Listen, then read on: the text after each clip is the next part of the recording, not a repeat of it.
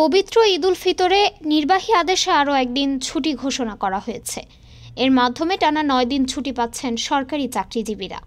20 March উপদেষ্টা পরিষদের বৈঠকে 3 এপ্রিলও ছুটি দেওয়ার সিদ্ধান্ত হয়েছে। এর ফলে এবার 28 মার্চ থেকে 5 এপ্রিল পর্যন্ত টানা 9 দিন ছুটি পাচ্ছেন সরকারি কর্মকর্তা কর্মচারীরা। জানা গেছে, চাঁদ দেখার উপর নির্ভর করে আগামী 31 মার্চ সোমবার দেশে পবিত্র ঈদ উল ফিতর উদযাপিত হতে পারে। সেই হিসাব করে সরকারি ছুটির তালিকা নির্ধারণ করা হয়েছে।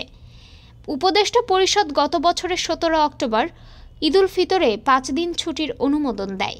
সেই হিসেবে ঈদের আগের 2 দিন 29 ও 30 মার্চ শনি ও রবিবার এবং ঈদের পরের 2 দিন 1 ও 2 এপ্রিল মঙ্গল ও বুধবার নির্বাহী আদেশে সরকারি ছুটি থাকবে। 28 মার্চ শুক্রবার সাপ্তাহিক ছুটি।